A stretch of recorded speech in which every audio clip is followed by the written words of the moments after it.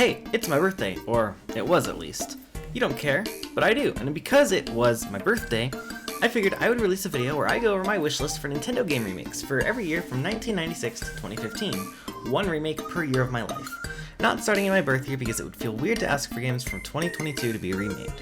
If you like content like this, make sure to drop a like and subscribe, and feel free to leave your picks for different years in the comments. That being said, here's the rules I'm putting for myself. 1. I can only do one game per year. 2. I will divide up the games between remakes, remasters, and reimaginings. For the purpose of this video, those are defined as the following. A remake is where the developers take the core design ideas of the game and rebuild everything, polish it up, and make gameplay and quality of life improvements. It can also add some new content, something on the scope of Super Mario 64 DS, for example. For my list, I can ask for 6 of these. A remaster is where the game is pretty much unchanged mechanically, aside from maybe 1 or 2 quality of life fixes. The scope is pretty much limited to just looking better and sounding better. Think Skyward Sword HD or Metroid Prime Remastered. For my list, I can ask for 12 of these. A reimagining is where the developers take only the very broad concepts of the game and redesign it from the ground up to create a significantly different experience. This is usually done for the sake of fixing major design flaws or outdated concepts found in the original. This would be something on the scale of Final Fantasy VII Remake, where even its fans say it's worth playing the original as well, since it is completely changed. For my list, I can ask for 2 of these. I'll be going by the North American release dates for games released in different years for different regions, since I am North American myself. Lastly, I cannot choose to remake a remake of a game. So for 2015, for example, I can't ask for Majora's Mask 3 to be remade. I would have to ask for that in the year 2000. There is an exception to this. If the game's original version did not see release in North America, the remake will count as the original version, because I am going by North American releases. With all that said, let's begin. For 1996, my gut reaction leads me immediately to Super Mario 64, since it is my favorite game from that year and one of my favorites on Nintendo's nostalgic 64-bit console. However, with that game being almost as widely available as Super Mario Bros. Today, and me thoroughly enjoying nearly every aspect of it as is, I'm gonna have to pass and ask for a remake of Super Mario RPG instead. This game is an odd one for me because I do like a lot of what it tries, but the execution falls kind of flat for me. None of the visual or audio feedback feels great to me, some bits of progression and world building feel muddied, and the isometric perspective does make some stuff kinda annoying to me. Ideally, I would enjoy seeing it remade in Square's gorgeous new HD 2D style. And if I got to call the shots on extra content, I would love to see them give Luigi a side adventure, since he is completely absent from the game. However, aside from those changes and maybe a few modernizing features like autosave and general inventory tweaks, as well as updated VFX and AFX to make landing action commands feel better, they honestly don't need to do anything else to make this game really level up for me. 1997 is an interesting year for Nintendo for me, as I've only played one game from that year. That said, I would enjoy seeing Yoshi's Story get a remaster. Hot take, but I find this to be the most fun Yoshi game, with him feeling better to control than any other Yoshi game, and the collection completion criteria feeling more fit for Yoshi in general. Slap some pretty graphics and remastered music on there, and that's just one more banger remaster in the books.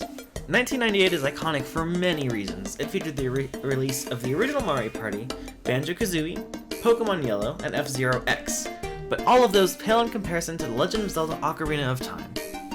I would love to see Ocarina of Time get reimagined, because while I do enjoy the game a decent bit, an overhaul of its mechanics, world, and storytelling, while still providing the lore of the Zelda timeline split in a beautiful semi-open world format similar to Breath of the Wild, but a bit more streamlined and with Ocarina of Time's tools, giving it a new breath of life and personality would make it for an incredible experience, especially utilizing everything the game is iconic for, like its ocarina, music, and general Zelda tropes, which are all pretty absent in Breath of the Wild. So seeing those things in such a gorgeous style, with such an awesome gameplay loop, would be super exciting. With the release of Super Smash Bros., Pokemon Snap, and Pokemon Gold and Silver, 1999 did a fantastic job of retaining the legacy set by 1998. However, I would much rather prefer to see a Donkey Kong 64 remake than one for any other game of that year. DK64 does so much right with how open, charming, and content-packed it is, but it suffers from many baffling design decisions, bringing the experience down just a bit much. And by fixing these decisions, like forcing the player to basically master arcade Donkey Kong and complete it twice, as well as its weird level wrap issues, I can see this game going on to make the DK brand iconic once more. The year 2000 was honestly a pretty lackluster year for Nintendo. It had a few games going for it like Kirby 64, Wario Land 3, and Mario Tennis, but from its offerings, I would have to go with Majora's Mask getting a remake. While this game got a remaster on the 3DS, it would be lovely to see this game get the full HD treatment it deserves, alongside polishing up how Link feels to control and adding a few extra uses for some of its masks. Perhaps they could even add a fun little side campaign where Zelda has her own adventure through the wacky wonderland of Termina. 2001 is home to quite a few Nintendo gems, being the year of the GameCube and Game Boy. With Pikmin, Luigi's Mansion, Super Smash Bros. Melee, as well as Wario's greatest achievement Wario Land 4, Mario Kart Super Circuit, and the Zelda Oracle games, there is clearly no dearth of games to pick from for this year. However, Paper Mario takes the cake for me.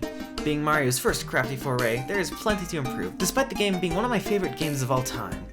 If they fleshed out partners to the degree they were in the Thousand Year Door, gave Peach maybe a bit more to do in the castle, and unlocked the stat cap Mario has, this remake could surpass the original and maybe even the Thousand Year Door in terms of quality and fun. And if they gave us a side campaign where Luigi held his ground at the Mario Bros. House, that would be a lovely cherry on top of a beautiful, wonderful, papery cake. Nintendo 2002 was a pretty empty year for them compared to a couple of their previous years. Having both their flagship systems enter their second year and experience the typical sophomore slumps game consoles see. But what did release was great. Between Super Mario Sunshine, Metroid Prime, Animal Crossing, and Four Swords, gamers still had plenty to do while the House of Mario prepped for 2003. But I would first see Mario Party 4 get a remaster over any other entry here, especially since two of them are available on the Nintendo Switch already. With the most extensive single-player content in the series, Mario Party 4 has made a place for itself in my heart with its amazing minigames, character presence, fun side modes, and well-designed boards.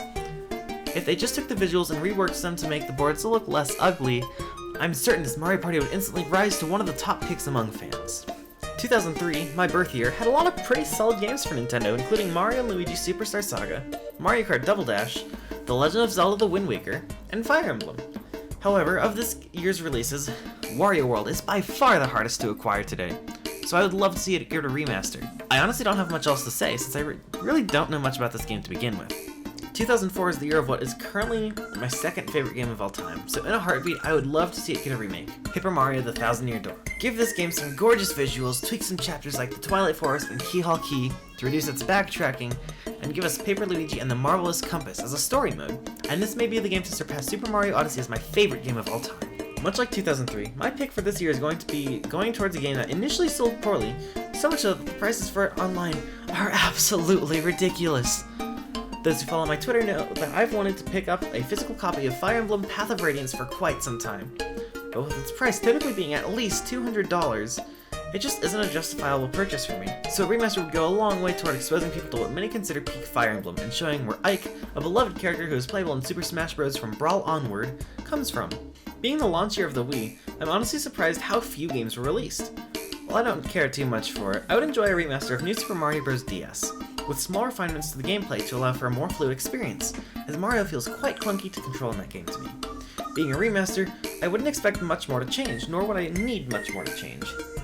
Hot take alert, I currently find Super Mario Galaxy to be quite a middling experience outside of its visuals and story, since its slow floaty gameplay does not mix well with its large, empty platforming. So despite other games like Fire Emblem Path of Radiance and The Legend of Zelda Phantom Hourglass maybe needing re-releases more, I would give Super Mario Galaxy a remake, with the gameplay tweaked to be significantly more similar to Super Mario Odyssey.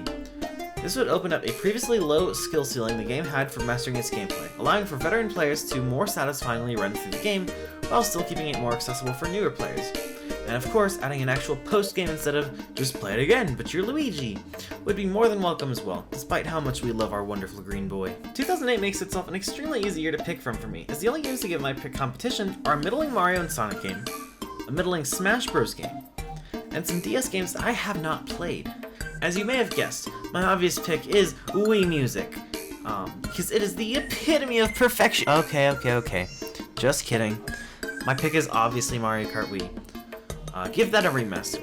Instead of bug fixes, removing the ultra shortcuts would make the community riot. All they would need to do to make this a fantastic remaster would be to maybe tweak the outside drift vehicles to have something that gives them a bit more of an edge over inside drift. Allow them to get a purple mini turbo, or just increase their speed across the board. Something along those lines to give the scene a more diversity than Funky Kong. Of course, you gotta buff characters as well. We love our Funky Boy, but he needs to rest every once in a while too. 2009 has a couple of bangers between Punch-Out!, New Super Mario Bros. Wii, and Mario & Luigi Bowser's Inside Story. However, being probably the worst-selling worldwide released game of its series, Fire Emblem Shadow Dragon, the remake of Shadow Dragon and the Blade of Light, could definitely use a remake more than the other games mentioned. This still falls in the rules that I set earlier in the video, because it is a remake of a game that never released outside of Japan. So it's its first time in the West, so, you know, it counts for this list. It's my video, I get to choose. It was my birthday, come on, give me a break. With Marth and Super Smash Bros. Being one of the reasons the series is still alive today, it makes no sense that this story is so inaccessible, being limited to Japanese Famicom, a DS game that sold 250,000 units, and a timed exclusive localization that is no longer available that also never received a physical release. He's mentioned in Fire Emblem Awakening, appears as DLC in Fates and Echoes Shadows of Valencia, and full-on appears in Fire Emblem Engage, but the English audience has almost no way of actually experiencing his own tale. Come on Nintendo, do us a solid here. Of 2010's offerings, I think most of these games really don't need anything at all. Super Mario Galaxy 2 will still be easy to obtain after the Wii eShop closure thanks to selling well physically. Mario All-Stars is accessible on NSO. And everything else that released is either something I don't care enough about to put on this list, or also sold well enough. But weirdly, Pokemon Heart Gold and Soul Silver are super pricey despite strong sales. Slap a remaster on this with updated graphics and decks, the Pokemon Company can rake in the money. Despite being the 3DS's launch year, my remaster pick for 2011 is actually Mario Sports Mix, a wonderful Mario Sports compilation developed by Square Enix, bursting with quality, fun, and identity. Slap some better graphics on there, especially on the game's final boss, and you have the first truly great Mario Sports game in over a decade. Which is kinda sad because this was the last truly great Mario Sports game. I've said this plenty of times, and I'll say it again. Paper Mario Sticker Star is not as bad of a game as people make it out to be. It's well polished, has a fun premise for mechanics, and looks good. However, the game is still riddled with design issues and basically does not have a story. So this will be the other game I select to get reimagined.